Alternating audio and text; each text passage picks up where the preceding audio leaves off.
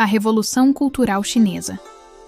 Compreendendo um dos períodos mais conturbados da história chinesa. Contexto histórico e origens da Revolução Cultural. A Revolução Cultural Chinesa, oficialmente conhecida como Grande Revolução Cultural Proletária, teve início em 16 de maio de 1966, conforme retratado na página do livro didático apresentada. O movimento nasceu de uma complexa crise política interna do Partido Comunista Chinês, PCCK, onde Mao Tse-tung enfrentava crescente oposição após o fracasso catastrófico do Grande Salto Adiante, 1958-1962, que resultou na morte de mais de 20 milhões de pessoas devido à fome. Este desastre econômico havia enfraquecido significativamente a posição de Mao dentro do partido, levando à sua substituição na presidência por Liu Shaoqi em 1959, embora mantivesse o controle do PCCA. A tensão cresceu quando críticos dentro do partido começaram a questionar abertamente suas políticas, inspirados pelo processo de desestalinização na União Soviética, que criticava o culto à personalidade dos líderes comunistas. Os objetivos ideológicos de Mao Tse-tung. Mao concebeu a Revolução Cultural como uma campanha para criar o novo ser humano socialista e destruir os chamados quatro velhos: velhos pensamentos, velha cultura, velhos costumes e velhos hábitos. O líder chinês acreditava que o Partido Comunista havia se tornado burocratizado e perdido o espírito revolucionário original, sendo infiltrado por elementos burgueses que ameaçavam levar a China de volta ao capitalismo. Sua estratégia era mobilizar as massas populares, especialmente a juventude, para combater esses revisionistas e elementos contra-revolucionários dentro do próprio partido. Mao percebia que uma revolução permanente era necessária para manter vivo o ideal comunista e evitar que a China seguisse o mesmo caminho da União Soviética, que ele considerava ter traído os princípios marxista-leninistas fundamentais. A mobilização da juventude e o nascimento da Guarda Vermelha. Como demonstrado na imagem histórica da página do livro, Mao mobilizou estrategicamente a juventude chinesa contra as autoridades estabelecidas, criando a Guarda Vermelha, Hong Wei-bing. Estes grupos paramilitares não oficiais eram compostos principalmente por estudantes e jovens que se tornaram os principais executores da Revolução Cultural. A fotografia mostra Mao cumprimentando um jovem guarda vermelho, simbolizando seu apoio direto ao movimento. Os guardas vermelhos carregavam o pequeno livro vermelho, as citações do presidente Mao Tse-tung, como sua Bíblia ideológica, do qual cerca de 1 bilhão de exemplares foram impressos. Estes jovens viajaram por toda a China, organizando-se em comitês em fábricas, escolas e universidades, denunciando professores, pais e qualquer pessoa considerada portadora de ideias burguesas ou ocidentais. A campanha contra os elementos burgueses e a violência institucionalizada. A Revolução Cultural rapidamente se transformou em uma campanha de terror sistemático contra intelectuais, professores, religiosos e qualquer pessoa considerada representante da velha cultura. A Guarda Vermelha foi autorizada pelo próprio Mao a usar da violência contra aqueles que considerassem antirrevolucionários. Em 22 de agosto de 1966, uma diretiva central proibiu a polícia de interferir nas atividades da Guarda Vermelha, efetivamente dando-lhes carta branca para a violência. O chefe da Polícia Nacional, Shi Fuji, chegou a declarar que não era grande coisa se os guardas vermelhos espancassem pessoas más até a morte. Esta legitimação da violência resultou em cenas grotescas de humilhação pública, tortura e assassinatos em massa, especialmente durante o Agosto Vermelho de 1966, quando 1.772 pessoas foram mortas apenas em Pequim.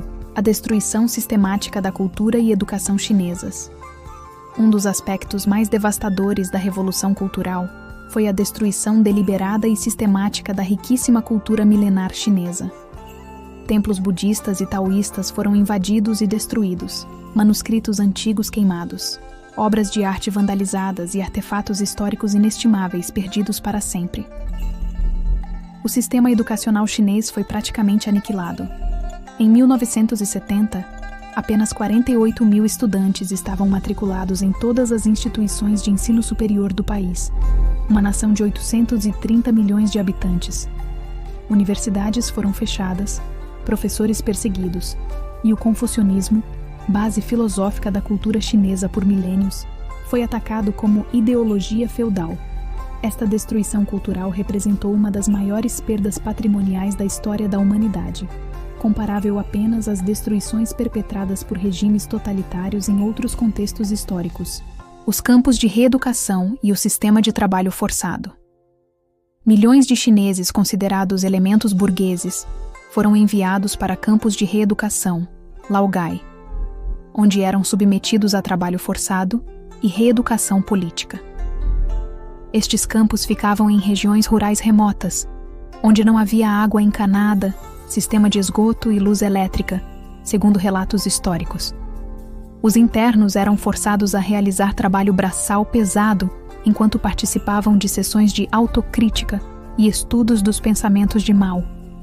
O sistema de campos se expandiu massivamente durante a Revolução Cultural, engolindo não apenas opositores políticos, mas também intelectuais, artistas, religiosos e até mesmo membros do próprio Partido Comunista que caíram em desgraça. Estima-se que entre 4 e 6 milhões de pessoas passaram por esses campos durante o período, muitas das quais nunca retornaram às suas famílias. O colapso da ordem social e as lutas faccionais. À medida que a Revolução Cultural se intensificava, a própria Guarda Vermelha começou a se fragmentar em facções rivais, cada uma reivindicando ser a verdadeira representante do pensamento maoísta. Estas lutas internas levaram a conflitos armados entre diferentes grupos de guardas vermelhos, transformando cidades inteiras em campos de batalha. O sistema governamental entrou em colapso completo. Mais da metade dos membros do Politburo e do Comitê Central perderam seus postos nos primeiros meses da Revolução. A economia chinesa, já fragilizada pelo grande salto adiante, sofreu novo golpe devastador com a paralisação da produção industrial e agrícola. A situação se tornou tão caótica que o próprio Mao se viu obrigado a intervir, acionando o Exército de Libertação Popular em 1968 para restaurar a ordem. A intervenção militar e a dissolução da Guarda Vermelha. Percebendo que havia perdido o controle da situação que ele mesmo criara, Mao autorizou o Exército de Libertação Popular, comandado por Lin Biao, a intervir para restaurar a ordem. Em 27 de abril de 1969, uma diretiva oficial dissolveu oficialmente a Guarda Vermelha. Os militares assumiram o controle administrativo em praticamente todo o país, estabelecendo comitês revolucionários que combinavam representantes do exército, do partido e das massas revolucionárias. Muitos ex-guardas vermelhos foram enviados para a reeducação no campo ou executados sumariamente. Ironicamente, a revolução que começara como um movimento de massas contra a burocracia terminou sob domínio militar direto. Lin Biao, o comandante militar que ajudou a restaurar a ordem, posteriormente planejou um golpe contra Mao, Projeto 571, mas morreu em um acidente de avião suspeito em 1971. As consequências humanas e materiais devastadoras. As estatísticas oficiais chinesas apontam para 34 mil mortes durante a Revolução Cultural, mas historiadores independentes estimam que o número real varia entre 1,4 milhão e 2 milhões de mortes diretas, com alguns estudos sugerindo até 20 milhões de vítimas quando incluídas mortes indiretas.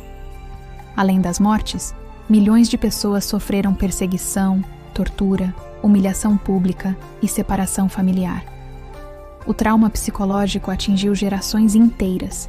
Crianças foram encorajadas a denunciar seus próprios pais, estudantes a atacar seus professores e vizinhos a se voltarem uns contra os outros. O sistema educacional levou décadas para se recuperar, criando uma geração perdida de chineses que tiveram sua educação interrompida. A economia também foi severamente prejudicada, com quedas significativas na produção industrial e agrícola, atrasando o desenvolvimento do país por anos. O legado e a avaliação contemporânea.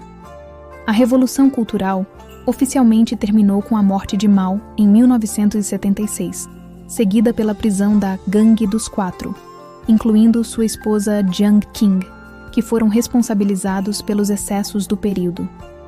Em 1978, Deng Xiaoping assumiu a liderança da China e iniciou as reformas econômicas que transformariam o país na potência que conhecemos hoje. Em 1981, o Partido Comunista Chinês oficialmente condenou a Revolução Cultural como uma grande catástrofe para o partido e o povo. Atualmente, o tema permanece um tabu na China. É pouco estudado nas escolas, censurado na mídia e raramente discutido publicamente.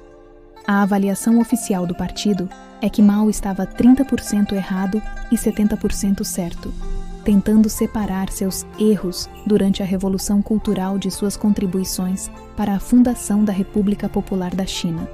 Para os historiadores, a Revolução Cultural permanece como um dos exemplos mais extremos de como o poder absoluto e o fanatismo ideológico podem destruir sociedades inteiras, servindo como um lembrete sombrio dos perigos do autoritarismo totalitário.